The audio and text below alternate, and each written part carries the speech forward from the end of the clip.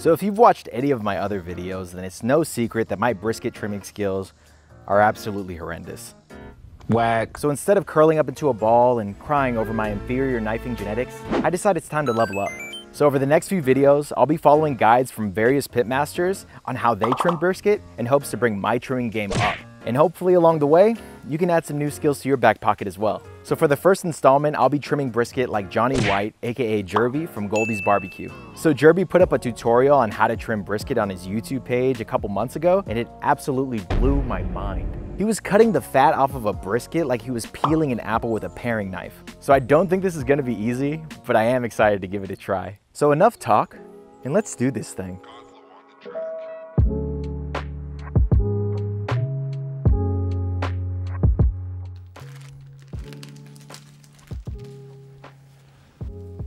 So the first step is you want to cut down the Deckle fat. So the Deckle fat is this big giant band when you're looking at the top of the brisket. So we're going to go ahead and just cut this whole thing out.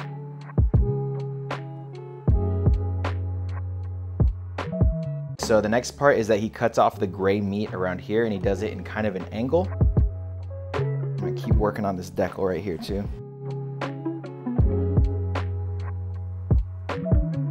So this is pretty much all he does to the non-fat cap side from his video. As you can see on my brisket, I have a lot of like silver skin and fat, but on Johnny's video, he actually did not cut off this silver skin. So I'm not gonna do it just to see how it is, but I think that it is going to have an effect on the final product. Jirby uses a offset smoker. I believe he probably cooks these fat side up, which is probably why he keeps the silver skin on, to kind of protect the lean part of the brisket while it's cooking. Again, I'm like totally speculating here. I have no idea. For me, I'm using a Traeger, so I'm gonna be doing this fat side down.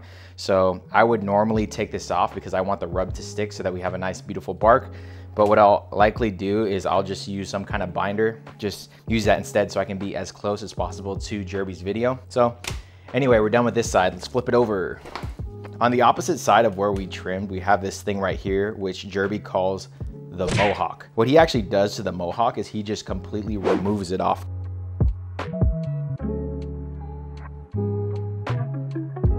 The next thing he does is he tries to square up the brisket. So before he can actually square it up, he has to flatten it to make sure it's not all just bunched up, so that when he cuts it, it actually stays in a even rectangular shape in the flat. So the first cut is gonna be a line straight from the end of the Mohawk here, straight down. And then the second one is a cut straight down from the other side of the Mohawk and then straight down. For me, I have a pretty thick flat on both sides. Yeah, you see it's pretty even and thick on all parts. It's like, you know, at least an inch from any part of this, although it's not perfectly even. So I'm just gonna basically cut off the edges to just round it out. So the next thing we're gonna do is cut this down so that it's just 1/4 of an inch of fat.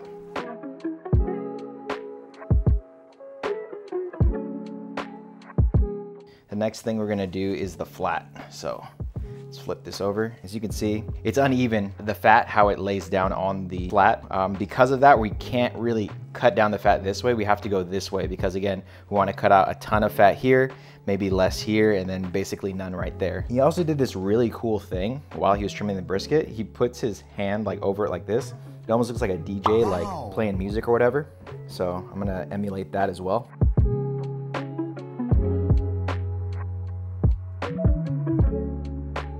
Now that I've cut off that side of the flat, you can see that the fat looks about even. Pro tip Jirby did was that he cuts straight down in the middle and he opens it up to see how much fat is left. And as you can see, we are right there. So we are good trimming down this flat.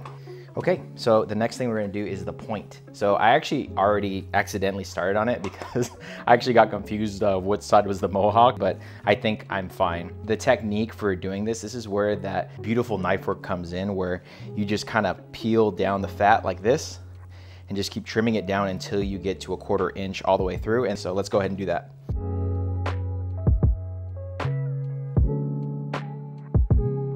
As far as this guideline right here, I think I have as much fat as I want off of this brisket. But when we get here, it's kind of hard to tell because there's a lot of like connecting of the muscles and some fat that's just completely uneven. I have no idea how much fat is in here. This is a technique that Jirby uses, is that where the Mohawk is, you just kind of put your hand in there and make a crease. And basically where your hand stops is basically where the meat begins. So you basically are trying to shave the meat off up to that line for this section right here. So I'm gonna go ahead and do that. Ay, no, no! Snake, are you okay? Snake? It's okay.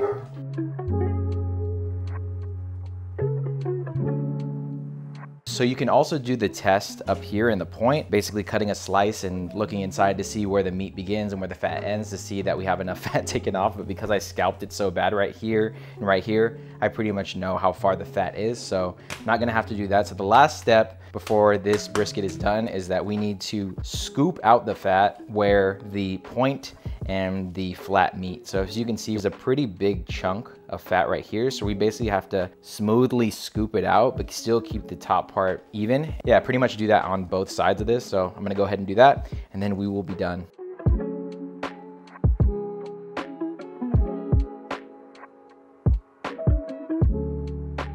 And so that's all there is to it. So there we go, we have beautifully trimmed brisket. I think I did fairly okay. If I missed any parts, then please let me know in the comment section. So I'm gonna go ahead and season this thing up.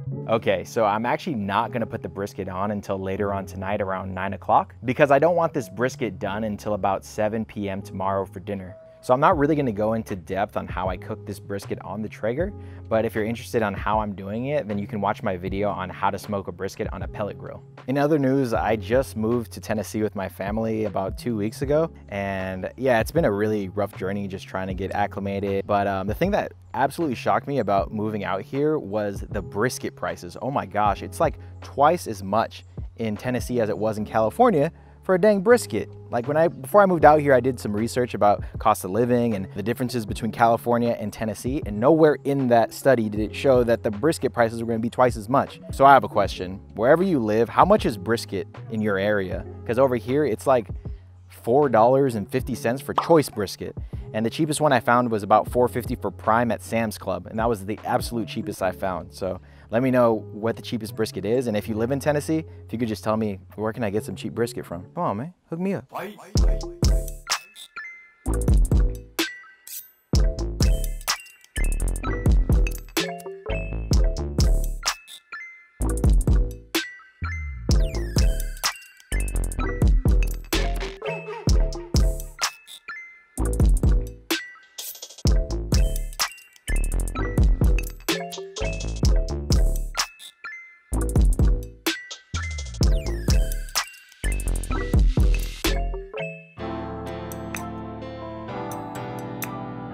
Okay, and there we have it. Our beautiful brisket is done and ready to cut. So before we actually crack this thing open, I want to first say to make sure to check out Jirby's YouTube channel. He is chock full of just barbecue wisdom, experience, knowledge, and you will not regret checking out his channel. So make sure that you go ahead and do that, and I'll have a link to his channel on the screen. But without any further ado, let's go ahead and crack this thing open. I should have made an indicator for myself to know where the striations of the meat were going so I could cut against the grain, but I didn't. So I'm gonna try my best to remember how I cut it.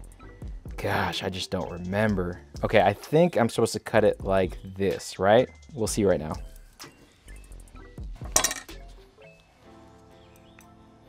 That looks good to me, right?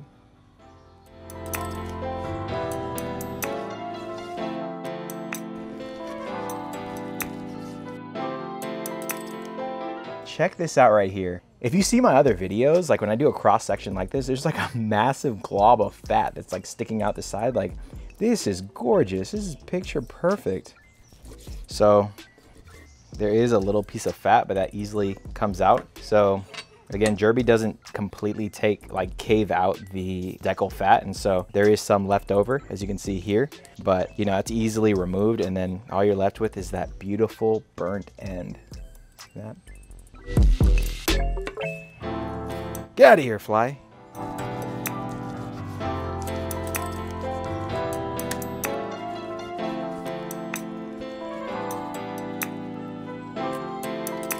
So you got this fat too, the part of the deckle. So again, it's really easy to trim these parts out. So I'm not mad at the method so far.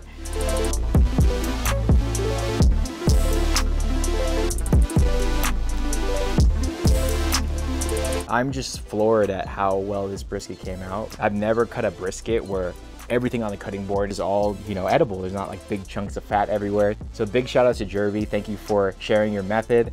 Now we'll definitely adopt most of these techniques. I just wanted to show you guys some comparison shots. This is a slice of flat.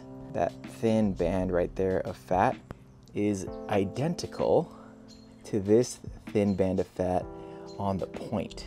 And that is super cool. But if you enjoyed the content, make sure to subscribe and check out the next video on your screen, and I will catch you guys on the next one.